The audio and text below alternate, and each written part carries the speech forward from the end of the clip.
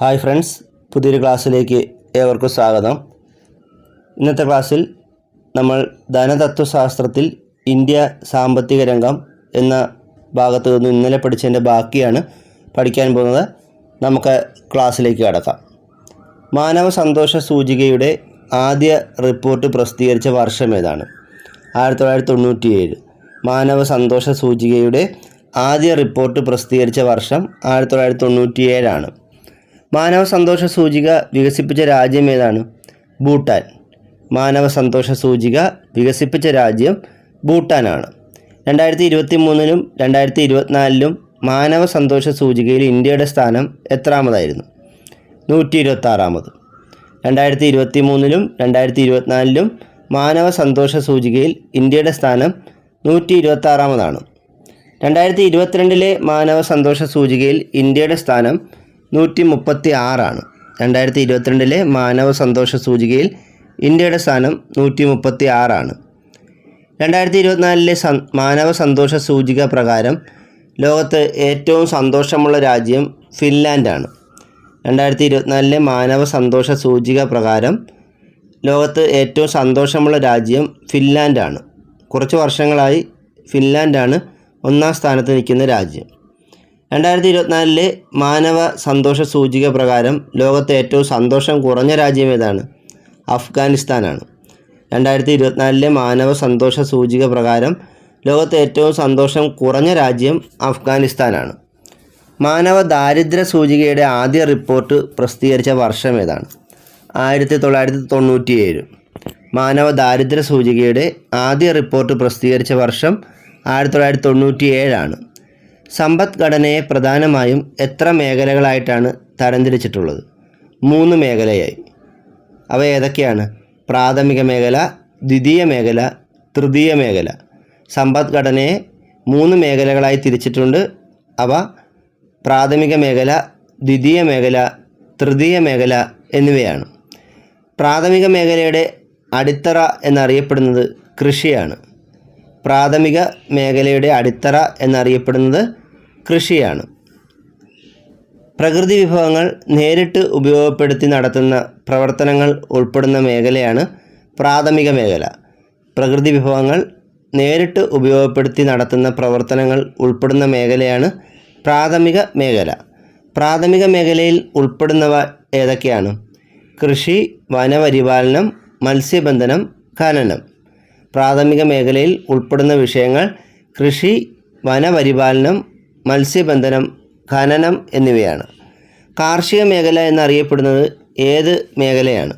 പ്രാഥമിക മേഖല. കാർഷിക മേഖല എന്ന പേരിലും അറിയപ്പെടുന്നത് ഈ പ്രാഥമിക മേഖലയാണ്. 2021-22 കാലഘട്ടത്തിൽ കാർഷിക മേഖലയുടെ GDP സംഭാവന എത്രയാണ്? 18.8%. 2021-22 കാലഘട്ടത്തിൽ കാർഷിക മേഖലയുടെ GDP സംഭാവന 18.8%. ഇന്ത്യയിൽ എല്ലാ കാലഘട്ടത്തിലും തൊഴിൽ ലഭ്യതയുള്ളതും ആവശ്യമായ ഭക്ഷ്യവസ്തുക്കൾ ഉൽപ്പാദിപ്പിക്കുന്നതുമായ മേഖലയാണ് പ്രാഥമിക മേഖല. ഇന്ത്യയിൽ എല്ലാ കാലഘട്ടത്തിലും തൊഴിൽ ലഭ്യതയുള്ളതും ആവശ്യമായ ഭക്ഷ്യവസ്തുക്കൾ ഉൽപ്പാദിപ്പിക്കുന്നതുമായിട്ടുള്ളൊരു മേഖലയാണ് പ്രാഥമിക മേഖല. ദ്വിതീയ മേഖലയുടെ അടിത്തറ എന്താണ്? വ്യവസായമാണ്. ദ്വിതീയ മേഖലയുടെ അടിത്തറ വ്യവസായമാണ്. വ്യാവസായിക മേഖല എന്നറിയപ്പെടുന്നത് ഏത് മേഖലയാണ്? ദ്വിതീയ മേഖല. വ്യാവസായിക മേഖല എന്നറിയപ്പെടുന്നത് ദ്വിതീയ മേഖലയാണ്. ദ്വിതീയ മേഖലയിൽ ഉൾപ്പെടുന്ന പ്രധാന വിഷയങ്ങൾ ഏതൊക്കെയാണ്? വ്യവസായം, വൈദ്യുതി, കെട്ടിട നിർമ്മാണം, ജലവിതരണം, നിർമ്മാണ പ്രവർത്തനങ്ങൾ.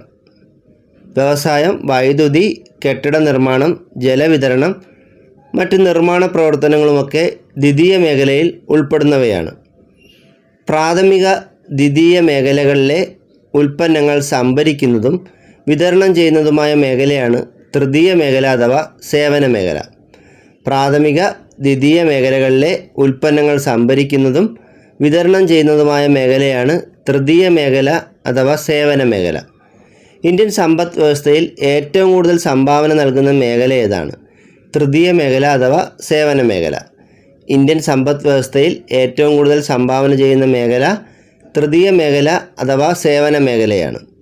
2020-21 കാലഘട്ടത്തിൽ സേവന മേഖലയിൽ നിന്നും GDP-യിലേക്കുള്ള സംഭാവന എത്രയാണ്? 53.89%. 2021-22 ഇത് 53%. 2020-21 കാലഘട്ടത്തിൽ സേവന മേഖലയിൽ നിന്നും GDP-യിലേക്കുള്ള സംഭാവന 53.89%. 2021-22 കാലഘട്ടത്തിൽ സേവന മേഖലയിൽ നിന്നും GDP-യിലേക്കുള്ള സംഭാവന 53%. സാമ്പത്തിക വളർച്ച കൈവരിക്കുന്നതിനായി അറിവും സാങ്കേതിക വിദ്യയും ഫലപ്രദമായി പ്രയോഗിക്കുന്ന മേഖലയാണ് അറിവധിഷ്ഠിത മേഖല. സാമ്പത്തിക വളർച്ച കൈവരിക്കുന്നതിനായി അറിവും സാങ്കേതിക വിദ്യയും ഫലപ്രദമായി പ്രയോഗിക്കുന്ന മേഖല ഏതാണ്? അറിവധിഷ്ഠിത മേഖല. അറിവധിഷ്ഠിത മേഖല ഉൾപ്പെടുന്നത് ഏത് മേഖലയിലാണ്? തൃതീയ മേഖല. അറിവധിഷ്ഠിത മേഖല ഉൾപ്പെടുന്നത് തൃതീയ മേഖലയിലാണ്. അറിവധിഷ്ഠിത മേഖലയ്ക്ക് ഉദാഹരണങ്ങളാണ് ടെക്നോ പാർക്കും ഇൻഫോ പാർക്കും. അറിവധിഷ്ഠിത മേഖലയ്ക്ക് ഉദാഹരണങ്ങൾ ഏതൊക്കെയാണ്? ടെക്നോ പാർക്കും ഇൻഫോ പാർക്കും. രാജ്യത്തിന് പുറത്തുള്ള പ്രദേശങ്ങളിലേക്ക് പുറം കരാർ ജോലികൾ കൈമാറ്റം ചെയ്യുന്നത് അറിയപ്പെടുന്നത് ഓഫ് ഷോറിംഗ് എന്നാണ്. രാജ്യത്തിന് പുറത്തുള്ള പ്രദേശങ്ങളിലേക്ക് പുറം കരാർ ജോലികൾ കൈമാറ്റം ചെയ്യുന്നത് അറിയപ്പെടുന്നത് ഓഫ് ഷോറിംഗ് എന്ന പേരിലാണ്. തൊഴിൽ ലഭ്യത കൂടുതലുള്ള മേഖലകൾ ഏതെല്ലാമാണ്? ദ്വിതീയ മേഖലയും തൃതീയ മേഖലയും. തൊഴിൽ ലഭ്യത കൂടുതലുള്ള മേഖലകൾ ദ്വിതീയ മേഖലയും തൃതീയ മേഖലയുമാണ്. കൃത്യമായ തൊഴിൽ നിബന്ധനയുള്ളതും സാമൂഹ്യ സുരക്ഷ ആനുകൂല്യമുള്ളതും ജോലി സുരക്ഷ ഉറപ്പുള്ളതുമായൊരു സംവിധാനമാണ് സംഘടിത മേഖല. കൃത്യമായ തൊഴിൽ നിബന്ധനകളുള്ളതും സാമൂഹ്യ സുരക്ഷ ആനുകൂല്യം ഉള്ളതും ജോലി സുരക്ഷ ഉറപ്പുള്ളതുമായ സംവിധാനമാണ് സംഘടിത മേഖല. ഇന്ത്യൻ സാമ്പത്തിക ആസൂത്രണത്തിൻ്റെ ലക്ഷ്യങ്ങൾ എന്തൊക്കെയാണ്? സാമ്പത്തിക വളർച്ച, സ്വാശ്രയത്വം, തുല്യത, ആധുനികവൽക്കരണം. ഇന്ത്യൻ സാമ്പത്തിക ആസൂത്രണത്തിൻ്റെ ലക്ഷ്യങ്ങൾ എന്തൊക്കെയാണ്? സാമ്പത്തിക വളർച്ച, സ്വാശ്രയത്വം, തുല്യത, ആധുനികവൽക്കരണം എന്നിവയാണ്. സാമ്പത്തിക ആസൂത്രണം ഭരണഘടനയുടെ ഏത് ലിസ്റ്റിലാണ് ഉൾപ്പെടുന്നത്? Concurrent list. സാമ്പത്തിക ആസൂത്രണം ഉൾപ്പെടുന്നത് ഏത് ലിസ്റ്റിലാണ്? കൺകറൻ്റ് ലിസ്റ്റിലാണ്. ജവഹർലാൽ നെഹ്റുവിൻ്റെ അധ്യക്ഷതയിൽ ദേശീയ പ്ലാനിംഗ് കമ്മിറ്റി നിലവിൽ വന്ന വർഷം ഏതാണ്? 1938. ജവഹർലാൽ നെഹ്റുവിൻ്റെ അധ്യക്ഷതയിൽ ദേശീയ പ്ലാനിംഗ് കമ്മിറ്റി നിലവിൽ വന്ന വർഷം 1938. ഇന്ത്യൻ ആസൂത്രണത്തിൻ്റെ പിതാവ് ആരാണ്? എം വിശ്വേശ്വരയ്യ. ഇന്ത്യൻ ആസൂത്രണത്തിൻ്റെ പിതാവ് എം വിശ്വേശ്വരയ്യയാണ്. ഇന്ത്യൻ എഞ്ചിനീയറിംഗിൻ്റെ പിതാവ് ആരാണ്? എം വിശ്വേശ്വരയ്യ തന്നെയാണ്. ഇന്ത്യൻ ആസൂത്രണത്തിൻ്റെ പിതാവും ഇന്ത്യൻ എഞ്ചിനീയറിംഗിൻ്റെ പിതാവും എം വിശ്വേശ്വരയ്യയാണ്. ഇന്ത്യയിൽ എഞ്ചിനീയേഴ്സ് ദിനമായി ആചരിക്കുന്നത് എന്നാണ്? സെപ്റ്റംബർ 15. ഇന്ത്യയിൽ എഞ്ചിനീയേഴ്സ് ദിനമായി ആചരിക്കുന്നത് സെപ്റ്റംബർ 15-നാണ്. വിശ്വേശ്വരയ്യയുടെ ജന്മദിനമാണ് September 15. Planned economy for India എന്ന പ്രസിദ്ധമായ ഗ്രന്ഥത്തിൻ്റെ കർത്താവ് ആരാണ്? M Visvesvaraya. Planned economy for India എന്ന പ്രസിദ്ധമായ ഗ്രന്ഥത്തിൻ്റെ കർത്താവ് എം വിശ്വേശ്വരയ്യയാണ്. Visvesvaraya national institute of technology സ്ഥിതി ചെയ്യുന്ന എവിടെയാണ്? Nagpur. Visvesvaraya national institute of technology സ്ഥിതി ചെയ്യുന്നത് നാഗ്പൂരിലാണ്. ഗാന്ധിയൻ പദ്ധതിയുടെ ഉപജ്ഞാതാവ് ആരാണ്? ശ്രീമൻ നാരായൺ അഗർവാൾ. ഗാന്ധിയൻ പദ്ധതിയുടെ ഉപജ്ഞാതാവ് ശ്രീമൻ നാരായൺ അഗർവാളാണ്. ഗാന്ധിയൻ പദ്ധതി നിലവിൽ വന്ന വർഷം ഏതാണ്? 1944. ഗാന്ധിയൻ പദ്ധതി നിലവിൽ വന്ന വർഷം 1944. ഗാന്ധിയൻ സമ്പദ് വ്യവസ്ഥ എന്ന ആശയത്തിൻ്റെ വക്താവ് ആരാണ്? JC കുമരപ്പ. ഗാന്ധിയൻ സമ്പദ് വ്യവസ്ഥ എന്ന ആശയത്തിൻ്റെ വക്താവ് JC കുമരപ്പയാണ്. ഗ്രാമീണ വ്യവസായവൽക്കരണത്തിന് ഊന്നൽ നൽകുന്ന ബദൽ നയരേഖ നിർദ്ദേശിച്ചതാരാണ്? JC കുമരപ്പ. ഗ്രാമീണ വ്യവസായവൽക്കരണത്തിന് ഊന്നൽ നൽകുന്ന ബദൽ നയരേഖ നിർദ്ദേശിച്ചത് JC കുമരപ്പയാണ്. എക്കോണമി ഓഫ് പെർമനൻസ് എന്ന പുസ്തകത്തിൻ്റെ രചയിതാവ് ആരാണ്? JC Kumarappa. Economy of permanence എന്ന പുസ്തകത്തിൻ്റെ രചയിതാവ് JC കുമരപ്പയാണ്. ഇന്ത്യൻ ആസൂത്രണവുമായി ബന്ധപ്പെട്ട് റാഡിക്കൽ പ്ലാൻ എന്നറിയപ്പെടുന്ന ജനകീയ പദ്ധതിക്ക് രൂപം നൽകിയത് ആരാണ്?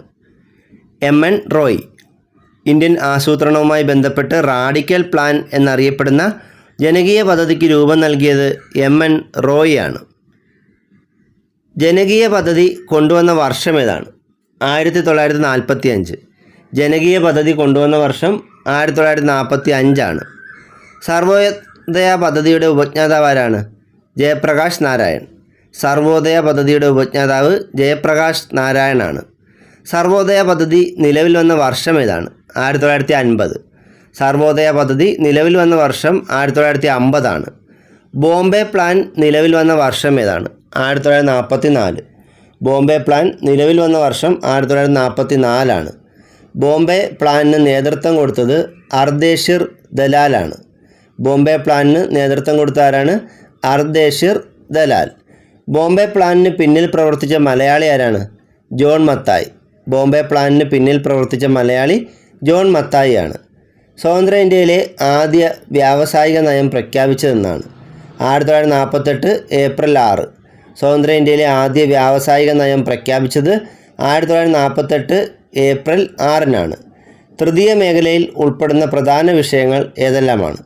വ്യാപാരം, ഗതാഗതം, ഹോട്ടൽ, വാർത്താവിനിമയം, ബാങ്കിങ്, ഇൻഷുറൻസ്, ബിസിനസ്, സാമൂഹ്യ സേവന പ്രവർത്തനങ്ങൾ എന്നീ വിഷയങ്ങൾ തൃതീയ മേഖലയിൽ ഉൾപ്പെടുന്ന വിഷയങ്ങളാണ്.